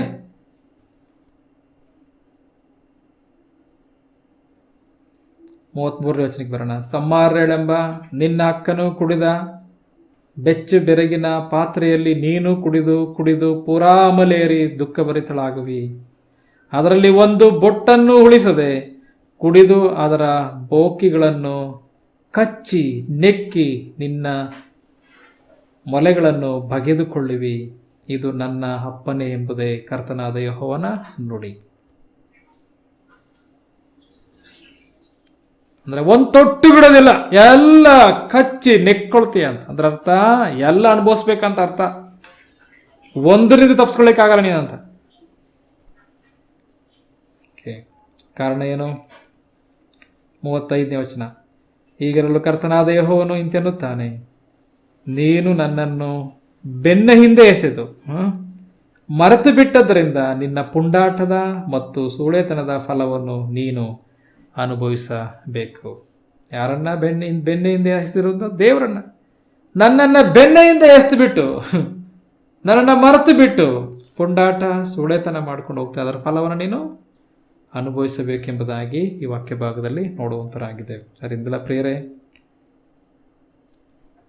ದೇವರು ಈ ದಕ್ಷಿಣ ರಾಜ್ಯ ಅಥವಾ ಒಹೊಲೀಬಳು ಅಕ್ಕನ ಮೇಲೂ ಸಹ ಬರುವಂಥ ನ್ಯಾಯ ತೀರ್ಪಿನ ಕುರಿತಾಗಿರುವುದನ್ನು ನೋಡುವಂತರಾಗಿದ್ದೇವೆ. ಏನು ನ್ಯಾಯ ತೀರ್ಪು ಬರಲಿಕ್ಕಿರುವಂಥದ್ದು? 25ನೇ ವಚನವಾದನ್ನು, ನಾನು ನನ್ನ ರೋಷವನ್ನು ನಿನ್ನ ಮೇಲೆ ಸುರಿಸಲು ಅವರು ನಿನ್ನಲ್ಲಿ ಕೋಪ ತೀರಿಸಿಕೊಳ್ಳುವರು. ನಿನ್ನ ಮೂಗು ಕಿವಿಗಳನ್ನು ಕಿತ್ತು ಬಿಡುವರು. ನಿನ್ನಲ್ಲಿ ಉಳಿದವರು ಖಡ್ಗಕ್ಕೆ ತುತ್ತಾಗುವರು. ನಿನ್ನ ಗಂಡು ಹೆಣ್ಣು ಮಕ್ಕಳನ್ನು ಅಪಹರಿಸುವರು. ನಿನ್ನ ಜನಶೇಷವು ಅಗ್ನಿಗೆ ಆಹುತಿಯಾಗುವುದು. ಅಗ್ನಿಗೆ ಆಹುತಿಯಾಗುವುದು. 47ನೇ ವಚನ. ಸಭೆಯವರು ಇವರ ಮೇಲೆ ಕಲ್ಲೆಸೆದು ಕತ್ತಿಗಳಿಂದ ಇವರನ್ನು ಸಂಹರಿಸಿ ಇವರ ಗಂಡು ಹೆಣ್ಣು ಮಕ್ಕಳನ್ನು ಕೊಂದು ಇವರ ಮನೆಗಳನ್ನು ಬೆಂಕಿಯಿಂದ ಸುಟ್ಟು ಬಿಡುವರು. ಅದೇ ನಡೆದಂಥದ್ದು. ಹಿಜ್ಕೀಯನಲ್ಲಿ ಪ್ರವಾದನೆ ಮಾಡ್ತಾ ಇದ್ದಾನೆ. ಇದು ಮುಂದೆ ನಡೀಲಿಕ್ಕಿರ್ತಕ್ಕಂಥ ಒಂದು ವಿಷಯ. ಅದೇ ಪ್ರಕಾರ ನಡೀತು ಪ್ರಿಯರೇ. ನಾವು ಓದಿದ್ದೇವೆ, ಆದರೂ ಸಹ ಮತ್ತೊಂದು ಸಾರಿ ಓದಿಕೊಳ್ಳೋಣ. 3 ಸಾರಿ ನೆಬೂಕದ್ನೆಚ್ಚರನು ದಾಳಿ ಮಾಡೋದಂತ ನಮ್ಮೆಲ್ಲರಿಗೂ ಸಹ ಗೊತ್ತುಂಟು. ಒಂದು ಸಾರಿ ಯೆಹೋಯಾಕೀಮನ ಕಾಲದಲ್ಲಿ 25ನೇ ಅಧ್ಯಾಯ 2 ವರ್ಷಗಳ ಪುಸ್ತಕ.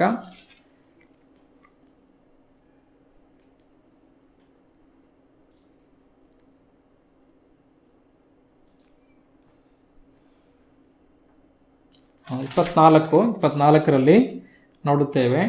ಮೊದಲನೇದಾಗಿ ಯೆಹೋಯಾಕೀಮನ ಕಾಲದಲ್ಲಿ 37ನೇ ವರ್ಷದಲ್ಲಿ ಬಂದನು.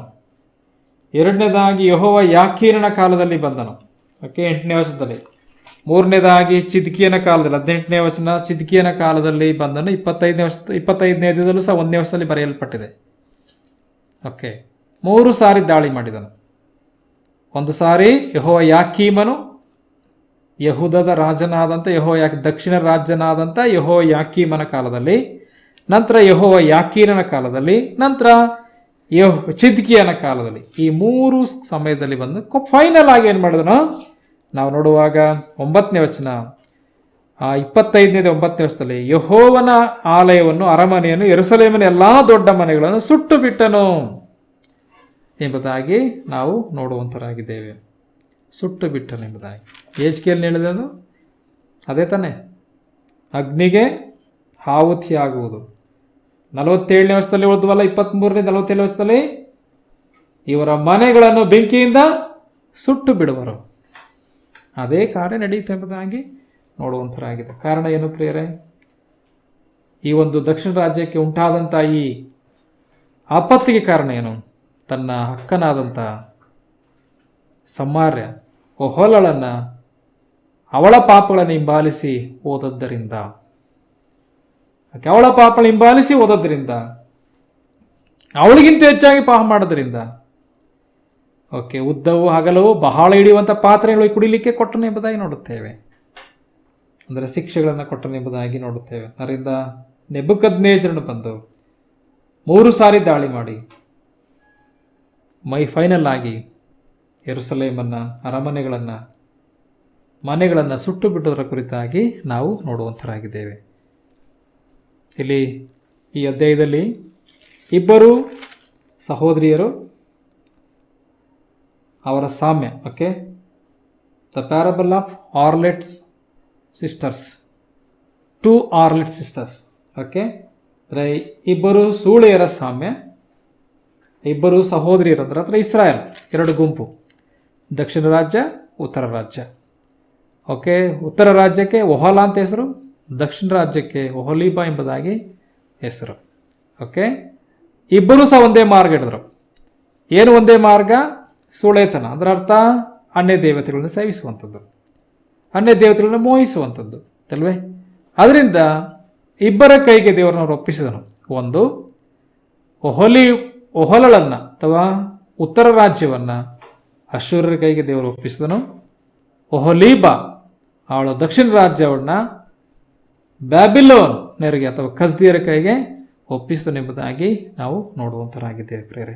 ಇದಕ್ಕೆ ಕಾರಣ ಅವರ ದುರ್ಮಾರ್ಗ, ಅವರ ದುಷ್ಕೃತ್ಯಗಳು, ಅವರ ಪಾಪಗಳೇ ಕಾರಣ ಎಂಬುದಾಗಿ ನೋಡುವಂತರಾಗಿದ್ದೇವೆ. ಅವರು ಮಾಡೋದಕ್ಕೆ ತಕ್ಕಂತೆ ಅವ್ರಿಗೊಂದೊಂದು ಪಾತ್ರೆನ ದೇವರು ಕುಡಿಯ ಕೊಟ್ಟನೆಂಬುದಾಗಿ ನೋಡುವಂತರಾಗಿದ್ದೇವೆ ಪ್ರೇರೆ. ಅದರಿಂದ ಇವತ್ತು ಸಹ ನಮ್ಮ ದೇವರು ಜೀವಿಸುವಂತವನಾಗಿದ್ದಾನೆ.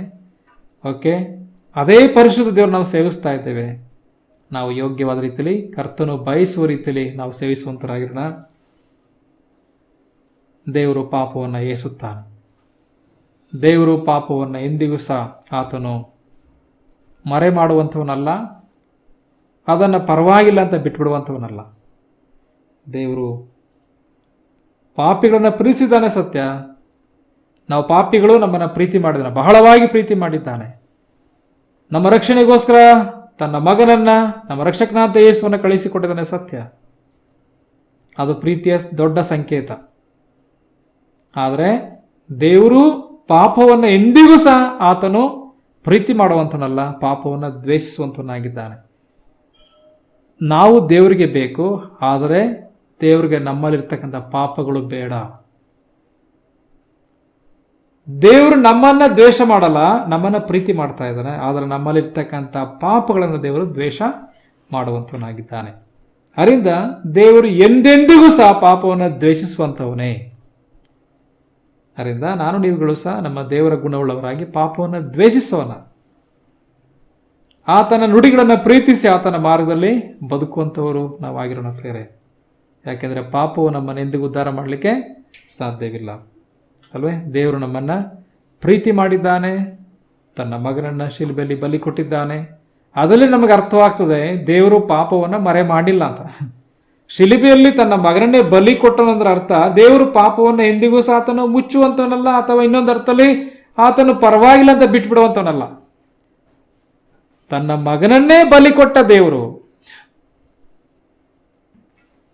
ಪಾಪವನ್ನು ಎಷ್ಟಾಗಿ ಆತನು ವಿರೋಧಿಸ್ತಾನೆ ಎಂಬುದನ್ನು ನೋಡುವಂತರಾಗಿದ್ದೇವೆ. ಅದರಿಂದ ಪ್ರಿಯರೇ, ನಿಮ್ಮನ್ನು ರಕ್ಷಣೆ ಮಾಡಲಿಕ್ಕೆ ದೇವರಿಗೆ ಸುಲಭ ಆಗಲಿಲ್ಲ.